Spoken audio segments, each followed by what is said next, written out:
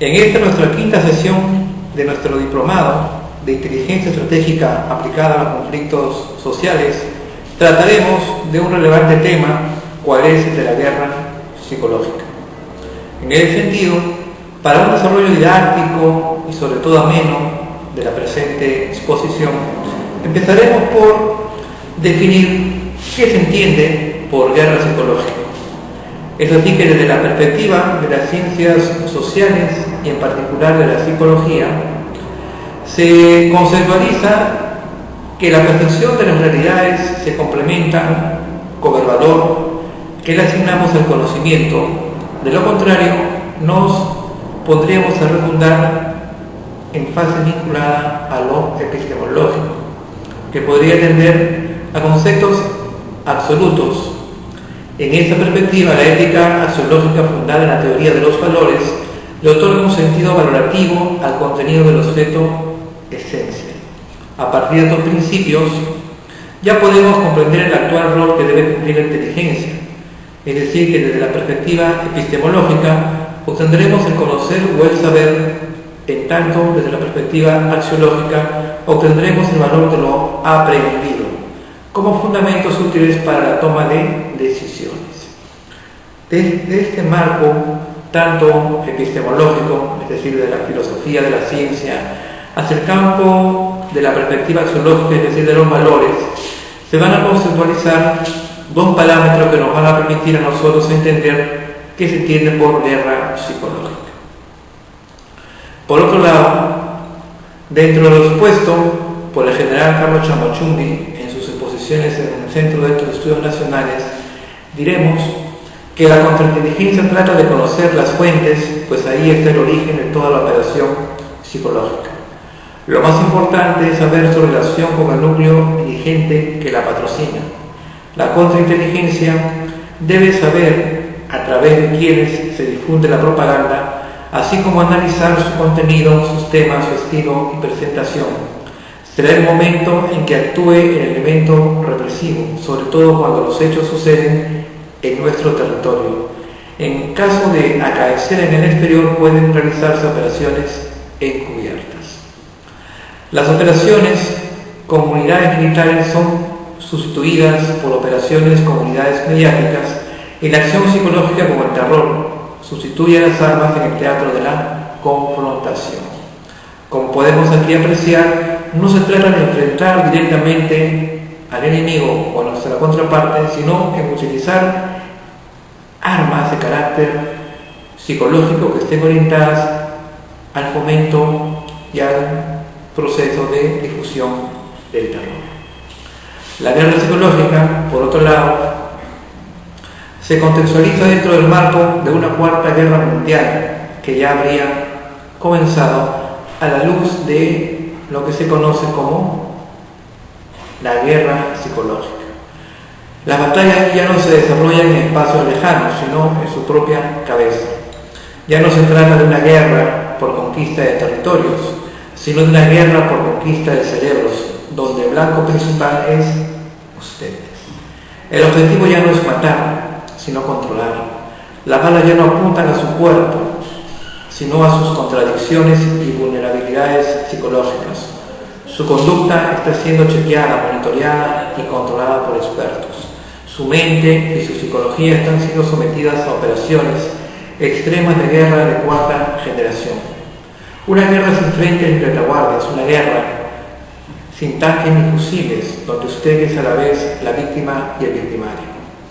El autor sostiene que la guerra ha evolucionado hasta un punto en que la teoría de Clausewitz resulta inaplicable. La guerra psicológica es, por otro lado, un arma ofensiva y un arma defensiva.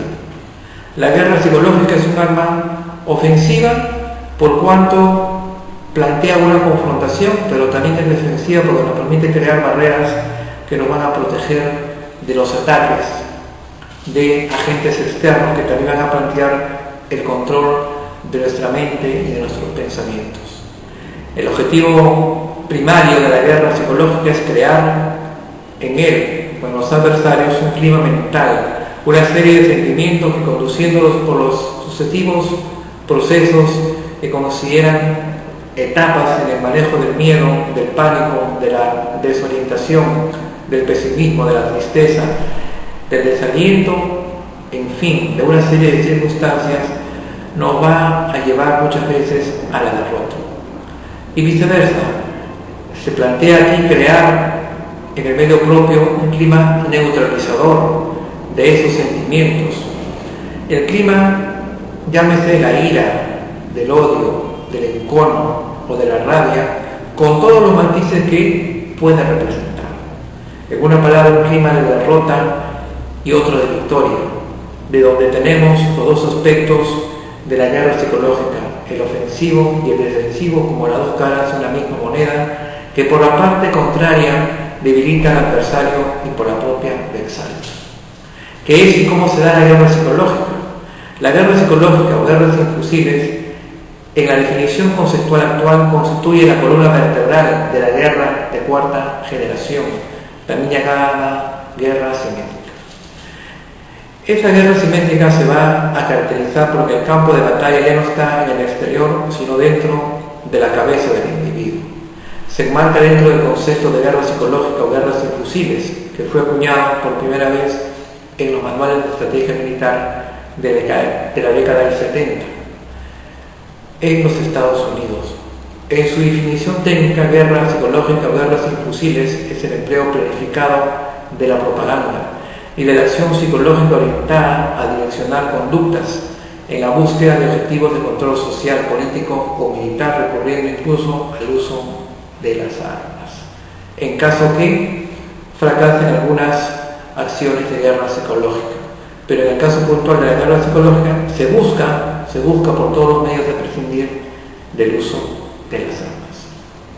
La guerra psicológica, por otro lado, es utilizada como un arma que puede influir en la voluntad del enemigo. Las armas psicológicas son, en este caso, consideradas por el efecto que producen y no por su naturaleza misma. Por ello, la propaganda abierta, es decir, la propaganda blanca, la propaganda secreta o llamada negra, o la propaganda gris, que está condicionada por la subversión, las acciones de sabotaje, por los asesinatos selectivos, por las operaciones especiales, por la guerrilla, por el espionaje, o por las presiones políticas, culturales, económicas y raciales, son considerados como armas utilizables en el marco de la guerra psicológica.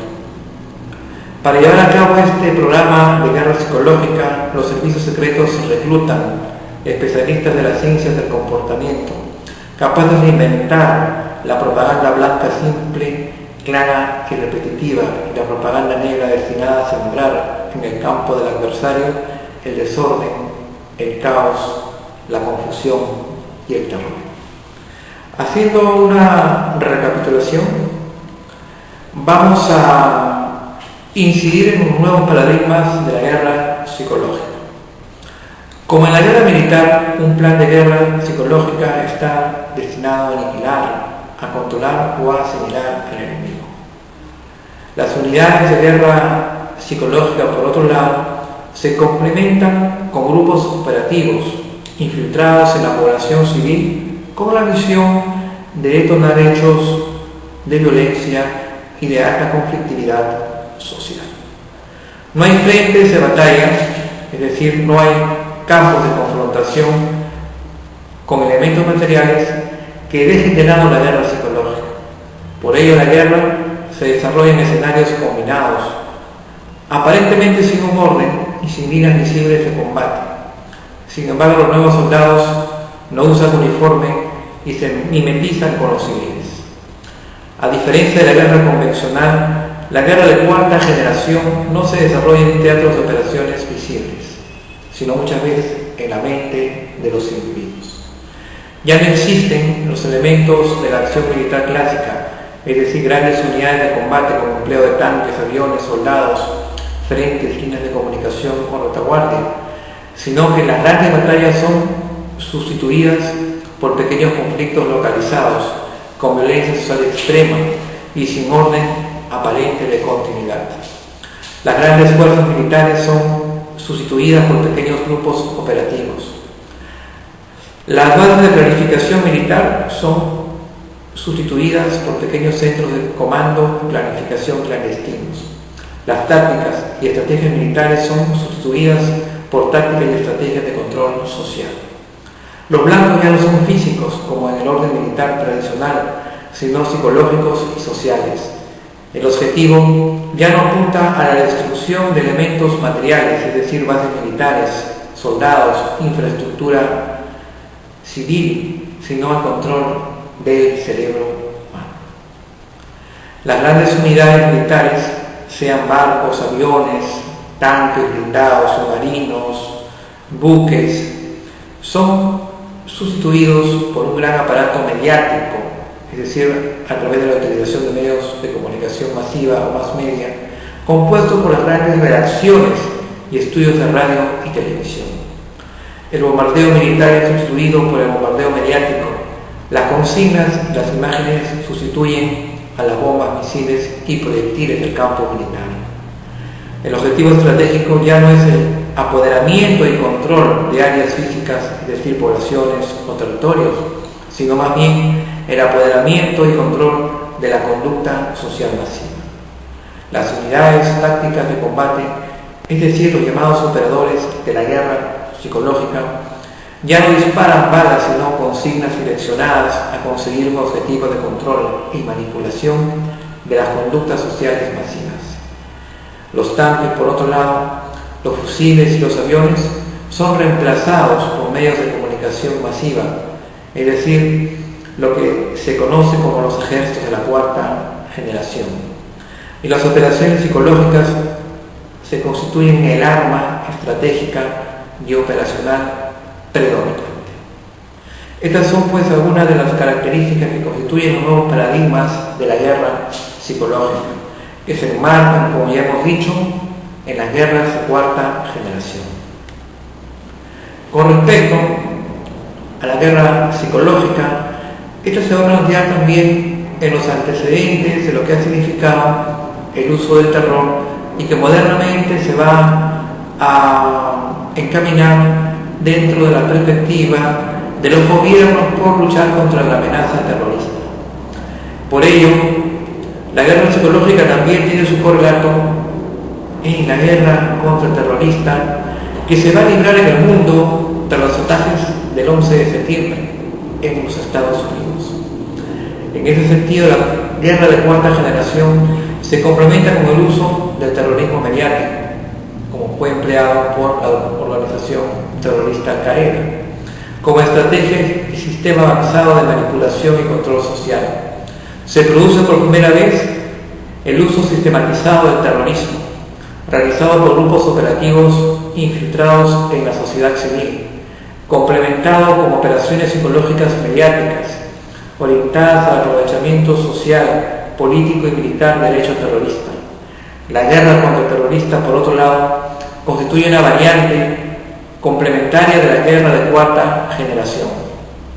Borra las fronteras tradicionales entre frente amigo y frente enemigo y sitúa como eje estratégico la disputa de la guerra contra un enemigo universal, invisible, diseminado por todo el planeta, el terrorismo.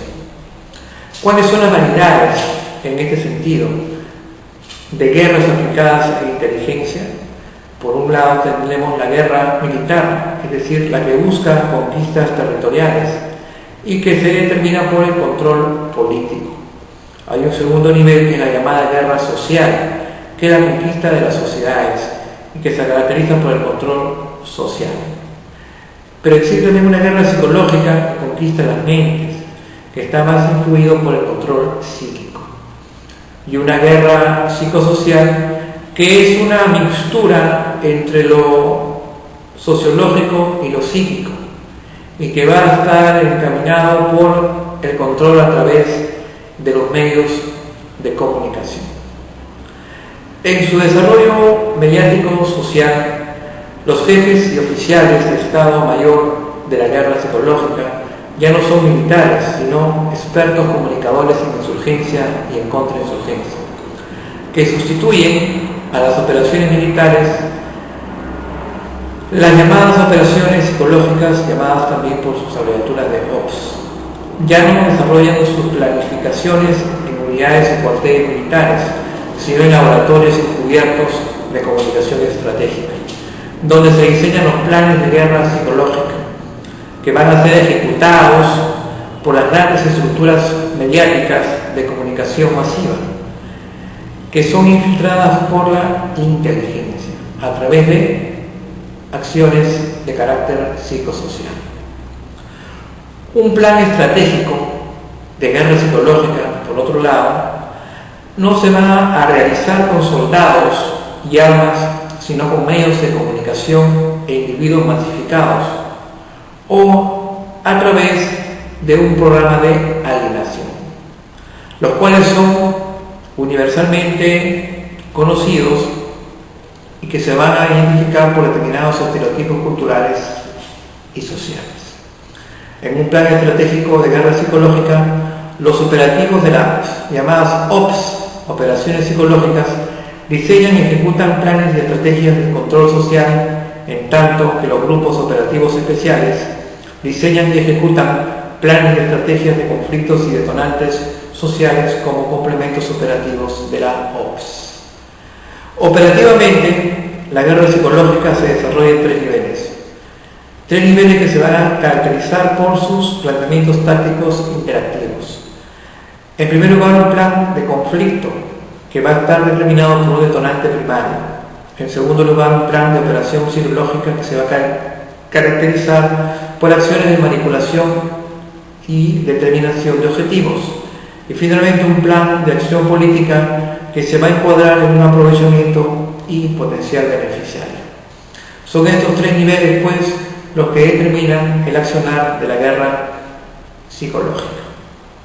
Por otro lado, la guerra psicológica va a encaminarse en dos movimientos tácticos.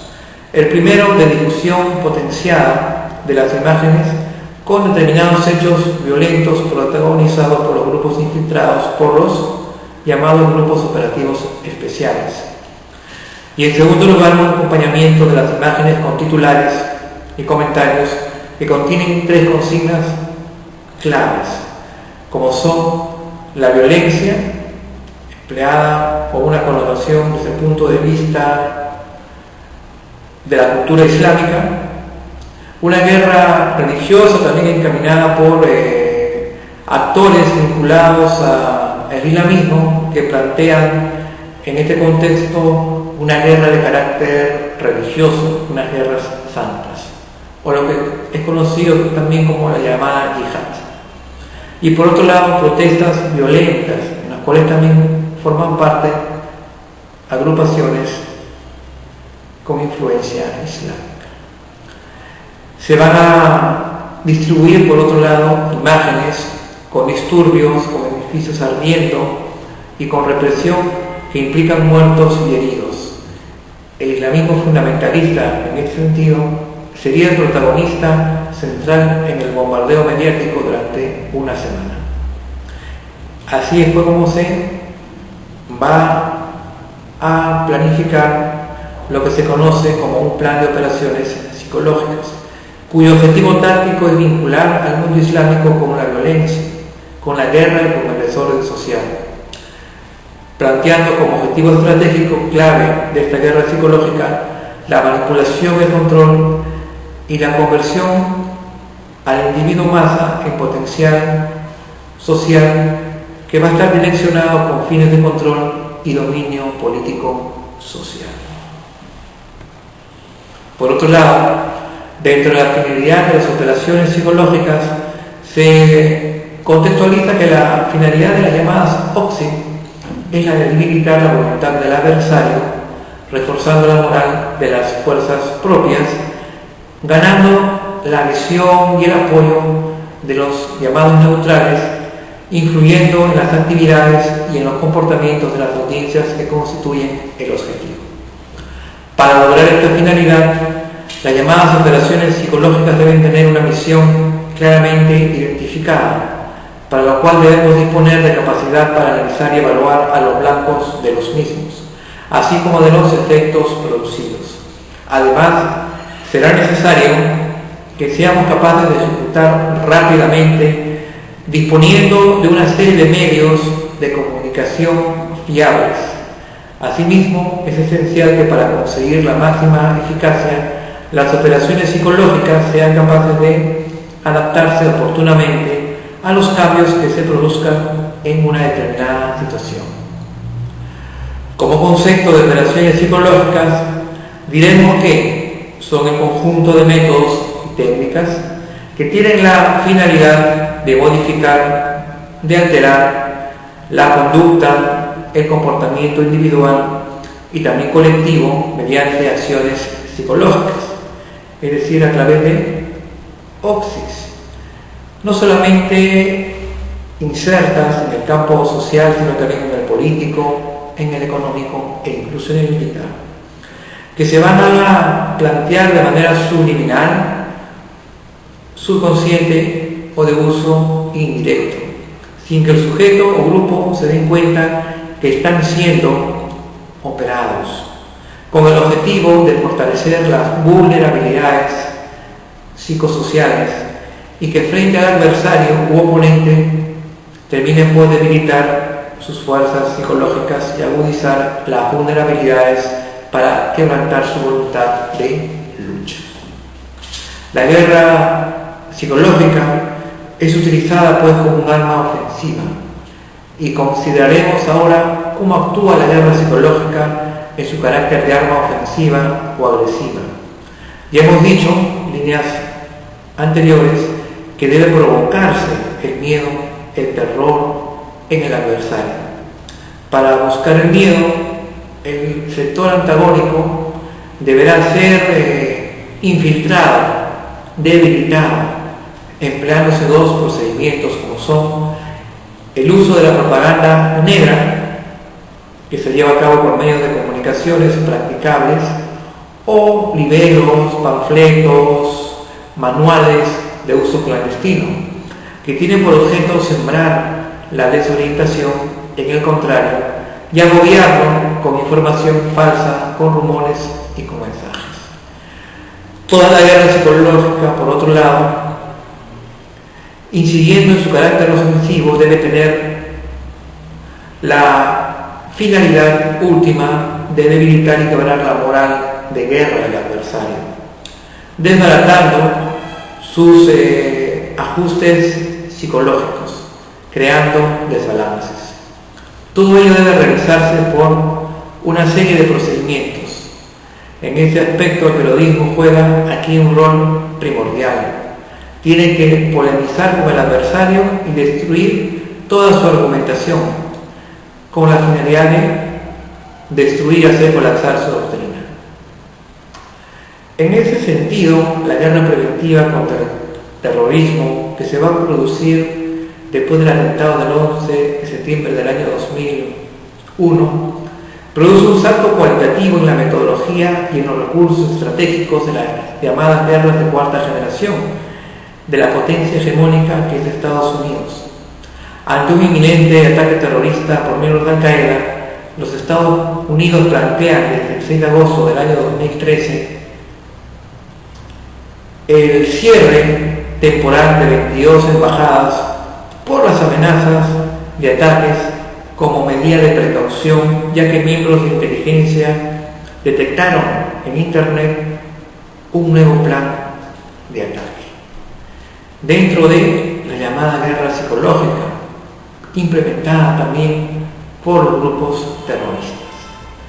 Desde un punto de vista más enfocado a las operaciones psicológicas, la propaganda se podría definir como aquella información, aquel conjunto de ideas, aquellas doctrinas o llamamientos que se difunden con el objeto de influir en las emociones, en las opiniones, en los estados de ánimo, en las actitudes, en los propios comportamientos de una audiencia objetivo que va a determinarse en función a los particulares intereses y beneficios de los que generan guerra psicológica. En el cuadro adjunto podremos nosotros claramente diferenciar dentro de las acciones psicológicas lo que constituye una operación psicológica, una OXI, y por otro lado una guerra psicológica. La operación psicológica actúa a un nivel social con la finalidad de convencer y buscar una aceptación, y va a influir directamente al enemigo, buscándolo inducirlo y por otro lado persuadirlo a hacer una acción que inicialmente no estaba pensada por el individuo, y va a incidir en lo que se conoce como guerra psicológica abierta, cuya clasificación es de reservada, mientras que la guerra psicológica propiamente va a buscar influir en la moral del enemigo sobre la base de la disuasión, pero buscando un cambio de propósito. De lo que se trata de manera específica es de influir en la moral de las fuerzas de su defensa, quebrantando su voluntad de lucha. Es decir, se busca destruirlo y alterarlo aparentemente irreductible. Esta guerra psicológica es encubierta, a diferencia de la guerra psicológica que es abierta, y su clasificación es de secreta. Vamos a plantear a continuación una ecuación que nos va a permitir determinar qué es guerra psicológica. Es convencer, persuadir, disuadir y destruir. Estos 4 elementos constituyen pues la parte sustancial de esta ecuación que nos va a determinar de manera específica qué es la guerra psicológica. Con esta última disertación culminamos nuestra 5ª sesión de este interesante diplomado en inteligencia estratégica aplicada a los conflictos sociales, y quedamos llanos y prestos para resolver cualquier inquietud que la presente exposición les haya a ustedes causado, con la finalidad de poder subsanar cualquier interrogante, para lo cual estamos prestos a responder siempre con el ánimo y la convicción de lo que implica para ustedes este interesante diplomado. Hasta una próxima oportunidad, y quedamos pues listos para nuestra 6ª sesión, que incidirá en el manejo y utilización de la prospectiva. Hasta una próxima oportunidad.